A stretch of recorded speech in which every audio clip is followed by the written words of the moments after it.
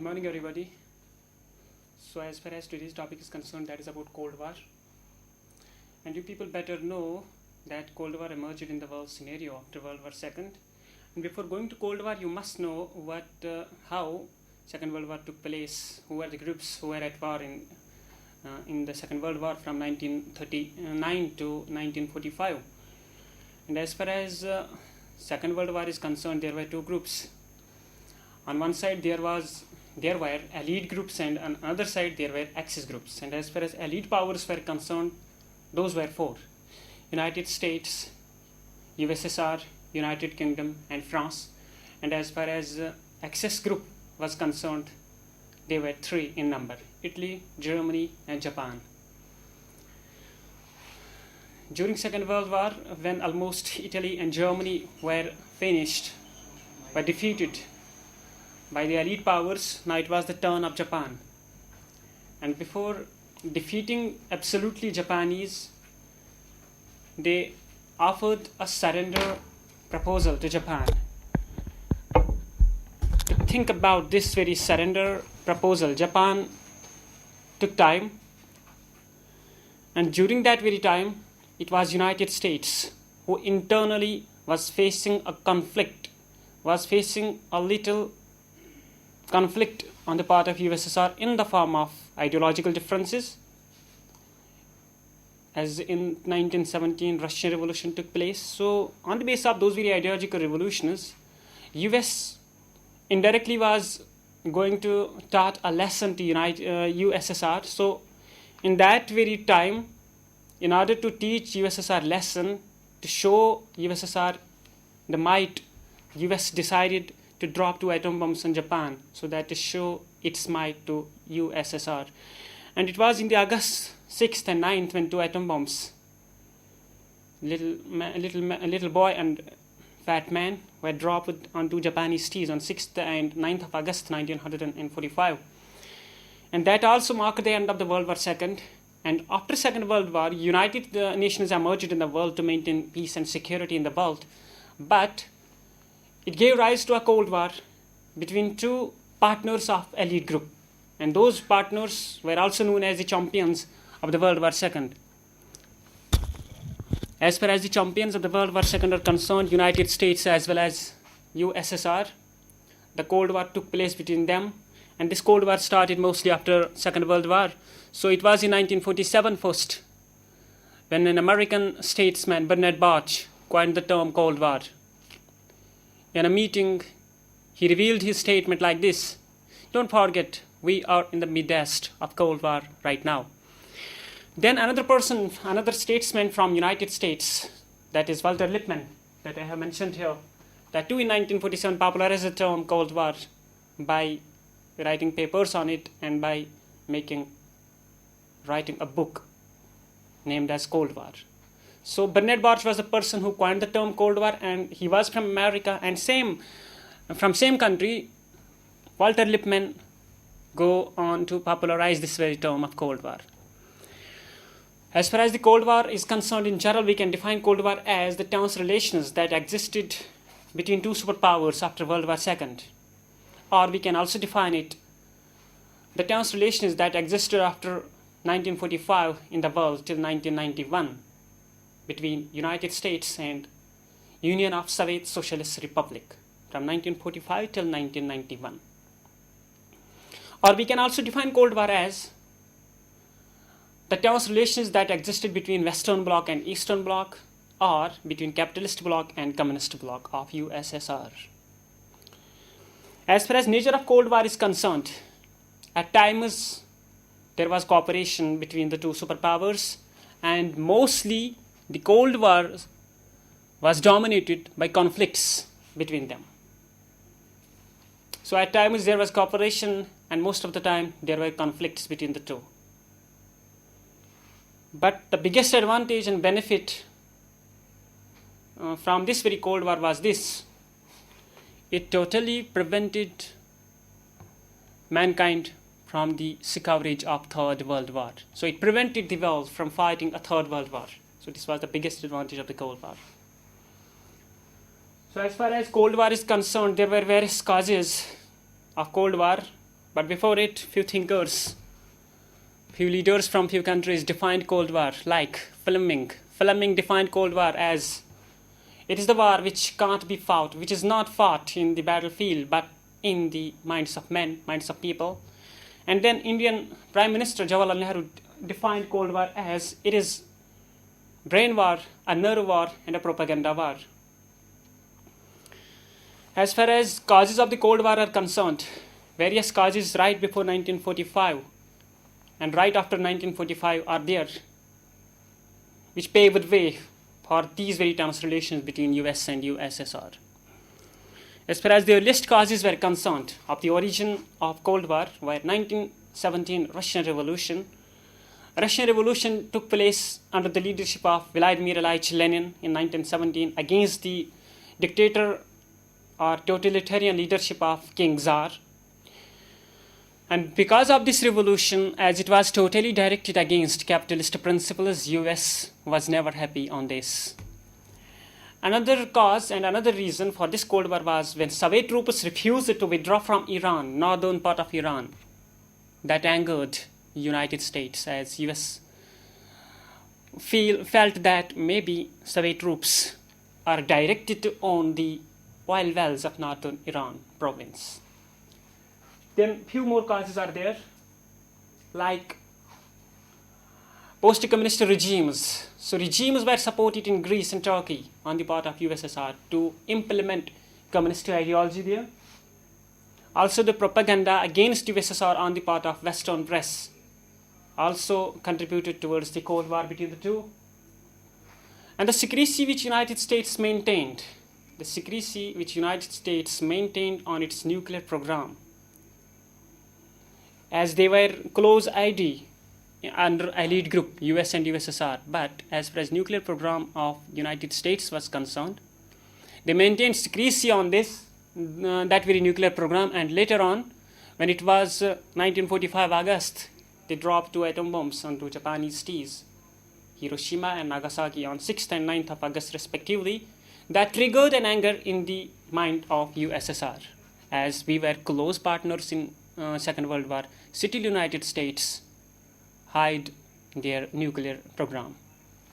So they maintained secrecy, and that very secrecy triggered anger in the minds of USSR leadership. Also, United States blamed USSR that while we were, during Second World War, we were at war against Italy and Germany, and USSR was taking the front. But when it was the turn of Japan, then this USSR showed some bias towards Japan, as they were not at the front against Japan in the way they were at the front against Italy and Germany. That also triggered suspicion as well as an anger in the mind of United States. Then after Second World War, the most dominant cause of the Cold War that I haven't mentioned here, that is ideological difference. Ideological differences between the two.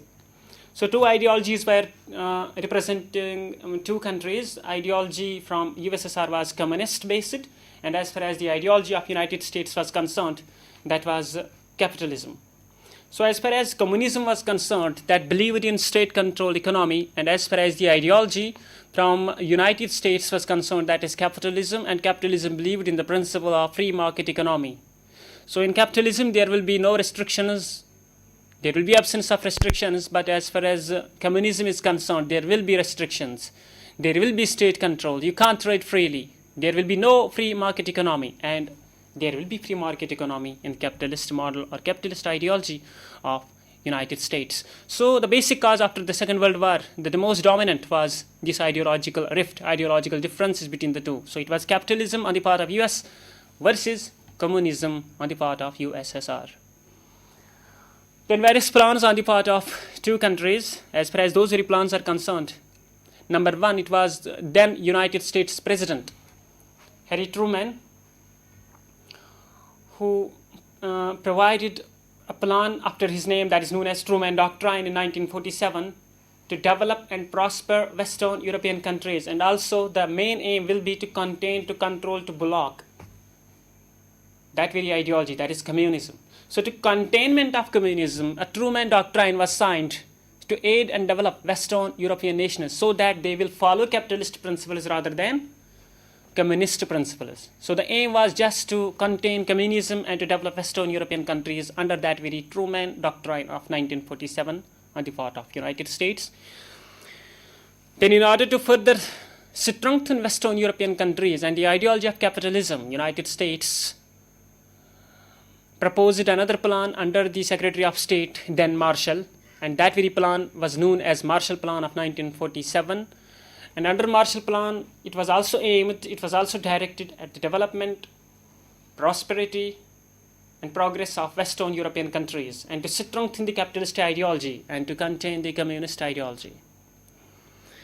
After observing the two plans on the part of United States, it was USSR, Union of Soviet Socialist Republic, who also decided to set their plan to develop and prosper Eastern European countries and to further implement communism in those very countries. So USSR decided their plan, and that was known as Molotov Plan in mid-1950s, to strengthen East European countries and also to contain capitalism.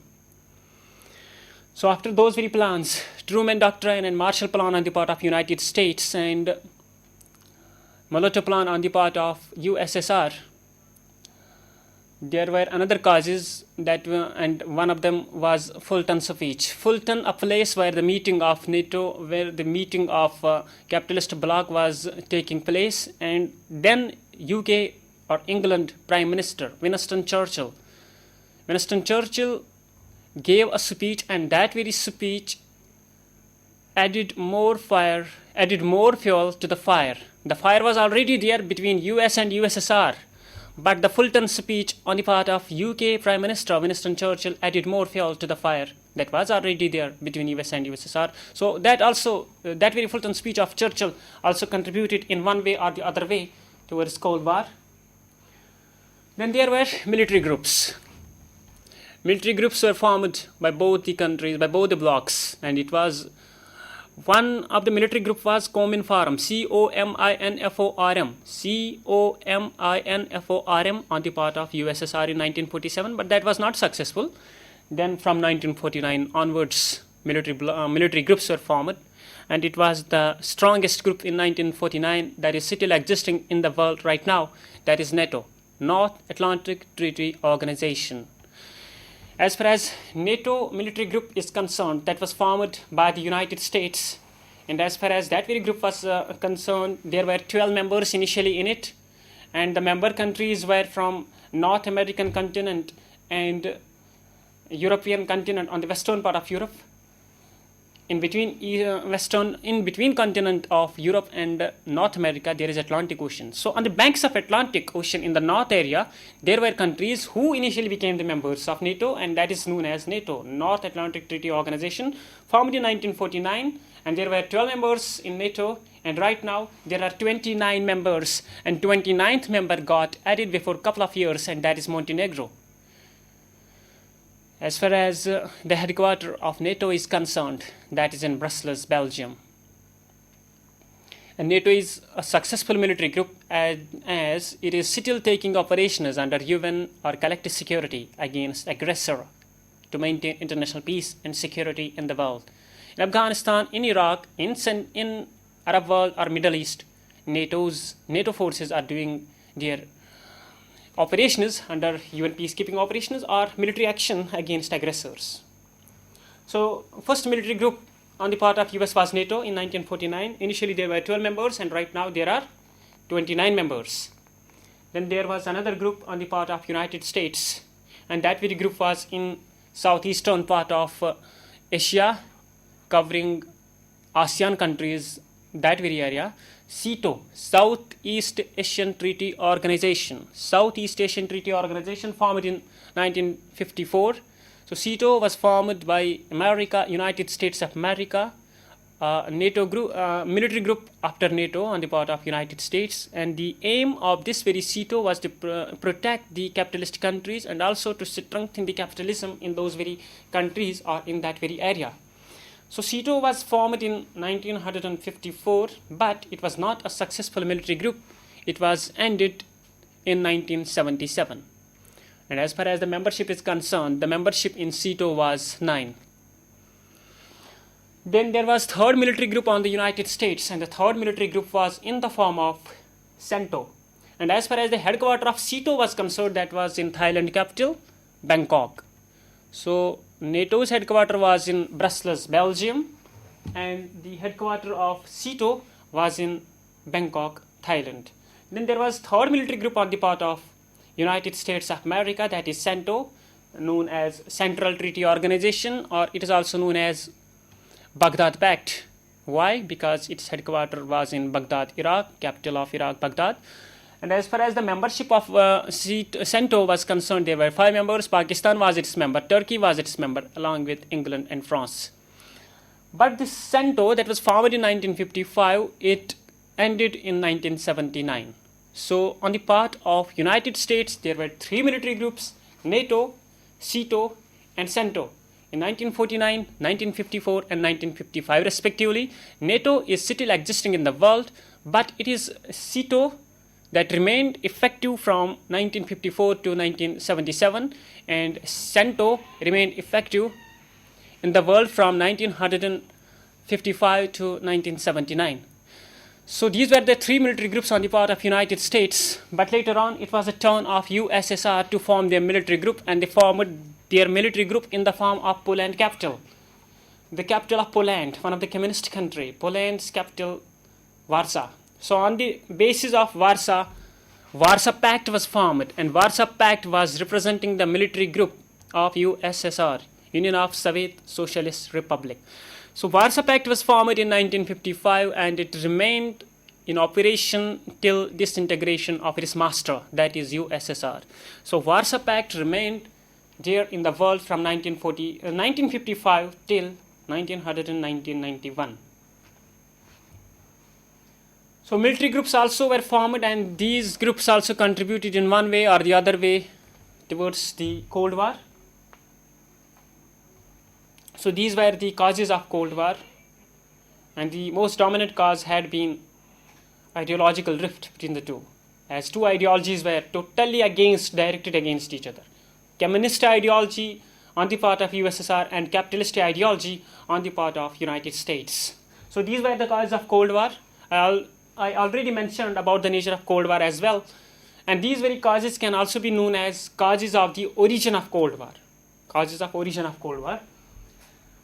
As far as Cold War in the world is concerned, it remained effective from 1945 till 1991. In general, we can say Cold War remained in effect from 1945 till 1991, but there were 2 events when peaceful relations emerged between the two, when little bit of easing was tension there. So we can say first Cold War was there from 1945 to 1979, and second Cold War was there from first Cold War was there from 1947 to 1969, and second Cold War was there from 1979 to 1985. And in between them, when first Cold War was there from 1947 to 1969, then from 1969 to 1979, the relation was getting peaceful. Easing of tension was taking place, and that very easing of tension was taking place during that very decade, and that was known as detente, a French term, detente. So when there was first Cold War from 1947 to 1969, then there was detente till 1979. Then USSR intervention in Afghanistan, I will tell you about that later. When USSR intervened in Afghanistan during 1979, so peaceful relation got deteriorated, detente got ended from 1979 till 1985. And that very period of 1979 till 1985 was known as New Cold War. And then 1985 to 1991, again it was the emergence of the USSR leader Mikhail Gorbachev, and other few events took place that eased the relation between US and USSR, and that contributed to new detente. So there was Cold War, there was detente. Then there was New Cold War, then there was new detente. Now, as far as arenas of Cold War or phases of Cold War are concerned, there were 5 phases of Cold War or arenas of Cold War. And what can you understand by arena? Arenas are the events when local wars, little minor wars, proxies took place But those very events or wars never took the shape of a world war. So those very events were known as arenas of Cold War, and those very arenas are coming under the phases of Cold War. And as far as the phases of Cold War are concerned, there I have mentioned 5 phases are there, from 1947 to 1953, 1953 to 62, 1962 to 79, 1979 to 1985. So 5 phases were there in Cold War. The first phase, that was from 1947 to 53, and during this very first phase, Berlin blockade took place. As far as Europe was concerned, Eastern Europe was dominated by communists and Western Europe was dominated by the capitalist ideology. As far as Germany was concerned, Germany is located in the center of Europe, and Germany was divided into 2 parts, Eastern Germany and Western Germany. As far as Eastern Germany is concerned, that was controlled by the communists, and Western Germany was controlled by the capitalists. And what is this Berlin blockade? As in western part of Germany, there were US troops, and the supply to the western part of Germany was coming from eastern part of Europe. And in eastern side of Germany, there were USSR troops, and they decided to block the supplies of the western part of Germany where United States troops were there. So they blocked the supplies to them, and that was known as Berlin blockade. Then there were Korean crisis. Korean crisis. On the basis of ideology within Korea, northern part was implementing, or they were favoring, the communist ideology of USSR, and as far as southern part of Korea was concerned, they were favoring capitalist ideology of United States. And this ideological rift also impacted the 2 Koreas, 2 parts of the Korea. And northern Korean troops along with Chinese troops moved ahead towards southern part so that to enforce capitalist ideology there. But when United States troops came to aid southern Korean troops, they were able and successful to draw back Chinese troops along with northern Korean troops. And this very Korean crisis took place during early 1950s. And then to end these very crises, Korea was divided between 2 parts. And now there are 2 countries, North Korea and South Korea. And the boundary line that is dividing the 2 Koreas is 38 parallel. So 38 parallel is the boundary line, like Red Cliff line is dividing India and Pakistan. Same here is the 38 parallel that is dividing North Korea from South Korea. Then there was second phase of Cold War, that is 1953 to 1962, and a terrific setback was given to USSR as their leader Joseph Stalin expired. After the death of Joseph Stalin, there was another big issue, that was Suez crisis in the Middle East. Suez Canal crisis between Israel and Egypt in 1956. In Suez crisis, as there was Egypt versus Israel, but 2 countries from Europe came to aid Israel in this very crisis of Suez Canal. The 2 countries that came from Europe to aid Israel, to help Israel against Egypt, were United Kingdom and France. So United Kingdom and France came to aid Israel in their conflict with Egypt over Suez crisis, but it was USSR, United States and United Nations who came to mediate between them, and they were successful in withdrawing back UK, France and Israel. So Suez crisis also took the shape of a world war. Then there were Berlin crisis, early Berlin crisis of 1960s. Berlin crisis took place between eastern part and western part, as American troops were there in western part and USSR troops were there in eastern part, and USSR directed the western troops in Germany to withdraw from western part of the Germany. And they denied it, and later on, after few days, during those very circumstances, a wall was constructed between the 2 Germanys, Western Germany and Eastern Germany. Between eastern part of Germany and western part of Germany, the central wall was established in Berlin, and the centrist point, maybe it will be in the competitive exam, the centrist point of the Berlin Wall was Charlie. So Charlie was the centrist point of the Berlin Wall of 1960s. Then after Berlin crisis, another important crisis took place during this very phase, that is known as Cuban Missile Crisis. Cuban crisis of 1962 or October crisis of 1962, and these very Cuban crises are also known as Caribbean crisis. So it was this very Cuban crisis in 1962 when 13 days confrontation took place between US and USSR, and almost a mad situation arrived in the world. MAD, M-A-D, Mutual Assured Destruction. Mutual Assured Destruction situation. Almost they were close to World War III during those very crises. As Soviet Union or USSR, they had hidden their weapons under the Bay of Pigs Navy base in Cuba. They had hidden their armaments there, and from Cuba it was pretty closer to target United States. But as far as technology in those days were concerned, United States were pretty superior in technological development and advancement. Their spy planes, while they were traveling over the Cuba and they detonated there, they got some siren there, and they found it that armaments on the part of USSR were hidden in Cuban Bay of Pigs. Then, as situation was going tense, to stop those very tensions that time, hotline was constructed. Hotline was formed between United States and USSR. So 13 days confrontation took place during Cuban Missile Crisis between US and USSR in 1962. 13 days confrontation is also known as Caribbean Crisis or Cuban Crisis or October Crisis, 13 days October Crisis. Then hotline was in very next year, 1963. Hotline was constructed between White House US and Kremlin USSR.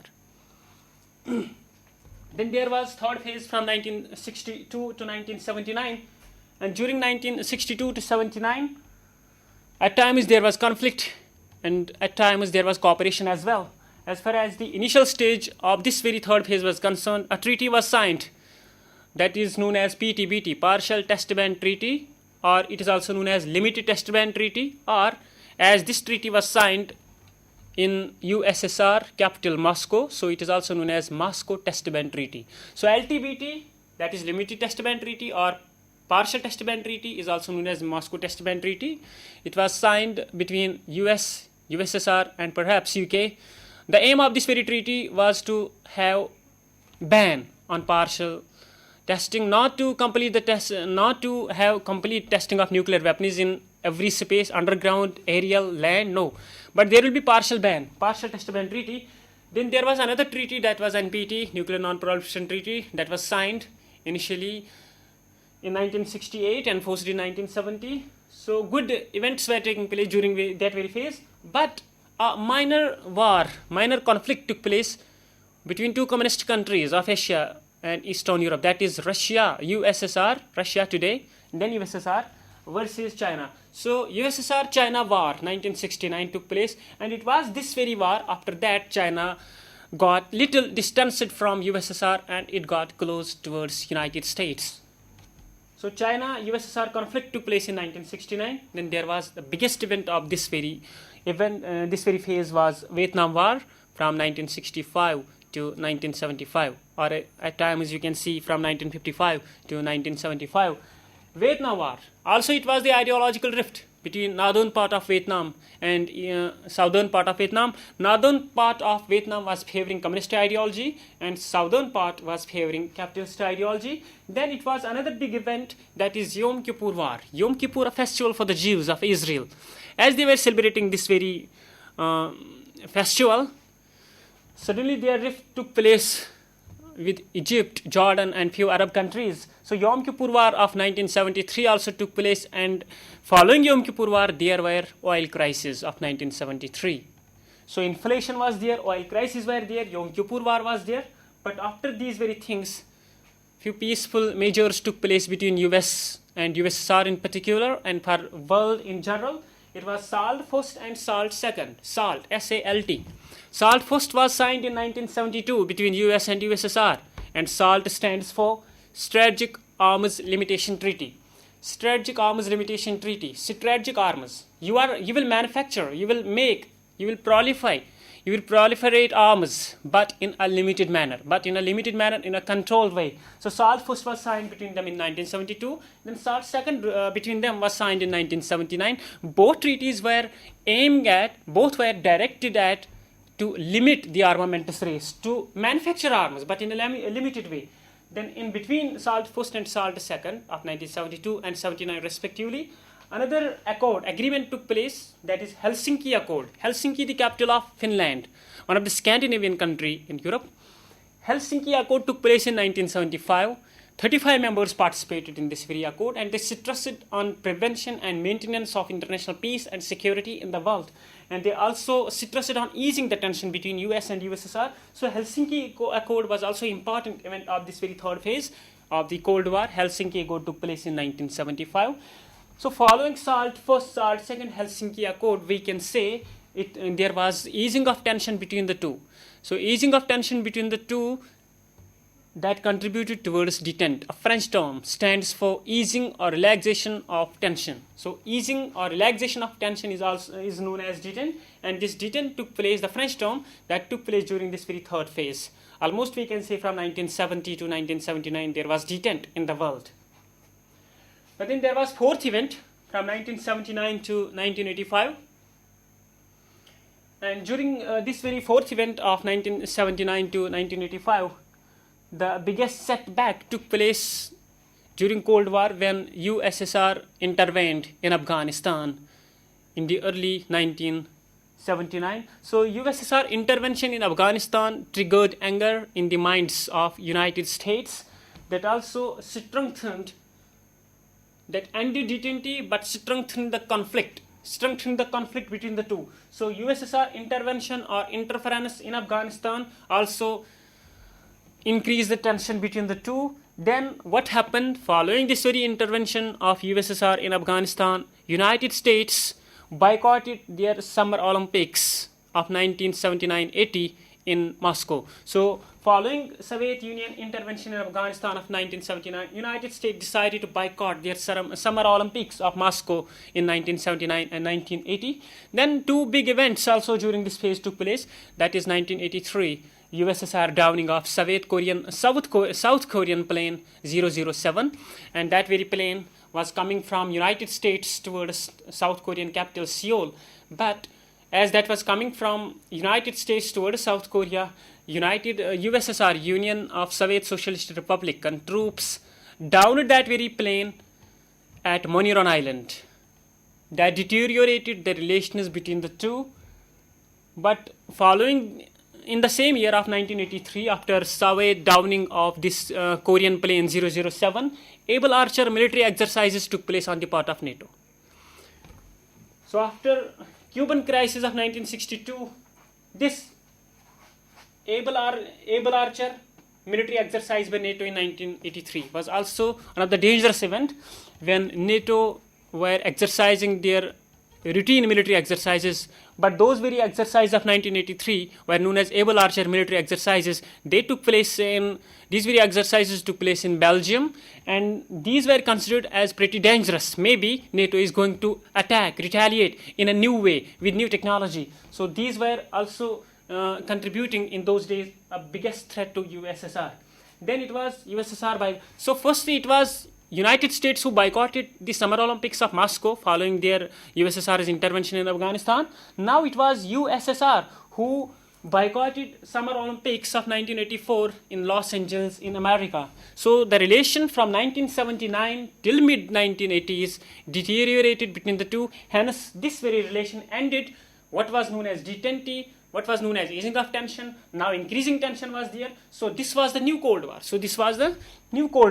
Then what happened? Then there was also last phase that I haven't mentioned here, phase fifth here, that is from 1985 to 1991. Phase fifth, 1985 to 1991, and that very phase we can say is also known as new detente. That is also known as new detent, as after detent 5 to 6 years also increased the tension between the two. But in the mid-1980s, from 1985 onwards, the tension got reduced between the two. So when tension got once again reduced between the two warring partners, between two centers of power, USSR, US and USSR. So the tension that got released is once again that got released after 1985 is known as new detent. When initially tension got eased, that was detent. Now once again, second time tension is getting eased, that is known as new detent. That is known as new detent. So the initial event of this very new detent was rise of nationalism in USSR. Various provinces of USSR start raising their voices against for sovereignty in favor of nationalism. So as economic stagnation was there in USSR, administration was corrupt there, rise of nationalism and sovereignty was at apex. Those were the reasons also that contributed towards the disintegration of USSR. So rise of nationalism on the part of few provinces like Lithuania, Estonia, etc. was there. Then there was second event, and that was pretty dominant event of this very phase, that is emergence of new leader for USSR, that is Mikhail Gorbachev. And Mikhail Gorbachev is the only leader that has been blamed from then till today by USSR for the disintegration of USSR. Why? Because it was Mikhail Gorbachev who decided to have a close relation with the opposite bloc, that is capitalist bloc. So Gorbachev stressed on reconciliation of the relations between Soviet Union and United States, and Gorbachev gave three terms. One is glasnost, another is perestroika, and another is uskorny. As far as glasnost is concerned, that is to restructure the relation between the two blocs, to restructure the relations in the world, to promote peace in the world. Then there was another term, that is perestroika. Perestroika was to improve the economy. You will improve the economy when you are going to trade with capitalist bloc as well. So there was third term given by Mikhail Gorbachev, that was uskorny. Uskorny stands for improving the economy. Your economy will improve only when you are going to have bilateral as well as multilateral trade in every part of the world. So Mikhail Gorbachev tried to reconcile the relations between the two blocs, and he is single-handedly blamed for the USSR disintegration. Also there was fall of Berlin Wall, and during this very event, when it was during second phase, when Berlin Wall was established in the central point, that is Charlie, when Berlin Wall was established. Now it was the time when Berlin Wall was falling down. It was a fall of Berlin Wall in 1988 and 1989. So fall of Berlin Wall contributed to unification of Germany. There was wall between the two. Wall got damaged. That was fallen down by the circumstances, by the people. People were aiming at it. So it contributed towards the unification of Germany. So this also was a positive thing. And these very things, like that is fall of Berlin Wall, rise of nationalism in USSR, emergence of Mikhail Gorbachev, all these very three big events contributed towards new detente, positive development, easing of tension between the two blocs, and ultimately, in the end, disintegration of USSR took place in December 1991. So during Cold War, so this after disintegration, we can say from 1945 till 1991, disintegration. 1945 till disintegration, there were two blocks. One was US and another was USSR. So when there were two blocks, when there were two centers of power after World War II, that is known as bipolarity. Two polarity poles. So two poles of power, two centers of power, that is bipolarity from 1945 to 1991. But after the disintegration of USSR, there remained unipolarity in the form of United States. But during this very Cold War, there were two challenges to bipolarity. As there were countries who followed capitalism, there were countries who followed communism, but there were most of the countries from Asia, Africa, and Latin America who never joined the military blocs, who tried to keep distance, keep aloofness, separateness from this very bloc politics. They decided to have a third group, and that was known as NAM, formed in mid-1950s, Non-Alignment Movement. So most of the countries, and currently 120 countries are there in Non-Alignment Movement. It posed one of the challenge to the Cold War, or bipolarity, not Cold War, bipolarity I can say. So NAM was the one challenge to bipolarity, and another challenge to bipolarity was also on the part of third world countries, that is NEO, N-I-E-O, New International Economic Order. So as far as the challenge to bipolarity were concerned, there were two challenges, non-alignment movement and new international economic order. As far as the nature of Cold War was concerned, it was mostly dominated by conflicts. At times there was cooperation, but the biggest advantage of Cold War was this: it prevented the mankind from fighting an all-round third world war. So this was all about Cold War. Now we can realize what were the impacts of Cold War, what were the effects of Cold War. So military groups, no collective security was there. consistent threat to the world peace was there. But the big advantage was this: during Cold War, no Third World War took place, and during Cold War, nuclear weapons race was at apex. And during Cold War, bipolarity emerged, and after the Cold War, unipolarity emerged. Thank you so much.